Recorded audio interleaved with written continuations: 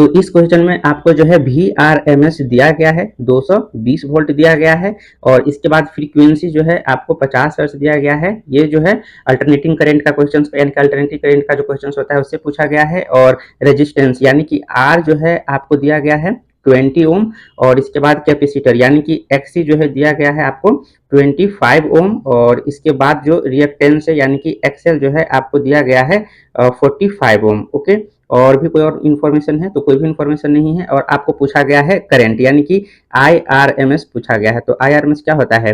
VRMS upon Z के बराबर होता है। तो यहाँ पे आपको Z तो दिया नहीं गया है, तो Z कैसे निकालेंगे? तो Z निकालने का फॉर्मूला होता है XL यानी कि XL माइनस XC का whole square plus R square का अंदर रूट होता है।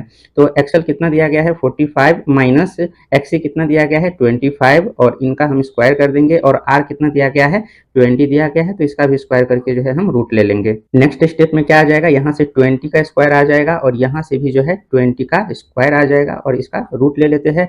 तो ये क्या हो जाएगा 2√20 हो जाएगा। ओके, 2√20 हो गया। IRMS का वैल्यू और सॉरी Z का वैल्यू आ गया और आपको IRMS निकालना है। तो VRMS यानी कि VRMS आपको दिया गया है 220 वोल्ट अपॉन Z का वैल्यू आपको आ गया, सॉरी यहाँ पे 20 दो बार है तो 20 कॉमन आएगा, 20√2 हो जाएगा। तो यहाँ पे 20√2 हो गया, तो 0 से 0 गया और 11 यहाँ पे आ गया। तो ये क्या हो गया 11 अपॉन √2 हो गया और 11 अपॉन √2 का वैल्यू कितना आएगा? 11 से कम ही आएगा और 11 से कम आने का ऑप्शन एक ही है, 7.8 है। तो हम इसको बाद में देख लेते हैं। और एक और क्वेश्चन इसमें पूछा गया है, फेज भी पूछा गया है। तो फेज निकालने के लिए हम क्या फॉर्मूला लगाते हैं? tan phi लगाते हैं और tan phi में जो है हम XL minus XC upon R लगाते हैं और ये वाला फॉर्मूला आपको NCERT बुक में भी मिल जाएगा। तो यहाँ से XL का वैल्यू कितना दिया गया है 45 दिया गया है और XC का वैल्यू कितना दिया गया है 25 दिया गया है। R का वैल्यू कितना दिया गया है 20 दिया गया है।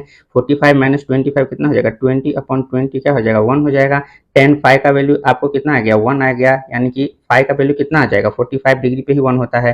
तो phi इज इक्वल टू क्या हो गया 45 डिग्री हो गया। ओके, तो आपका phi का वैल्यू 45 डिग्री आ रहा है और IRMS का वैल्यू जो है वो 7.8 आ रहा है। तो 7.8 और 545 डिग्री के हिसाब से आपका सेकंड ऑप्शन जो है वो करेक्ट हो जाएगा।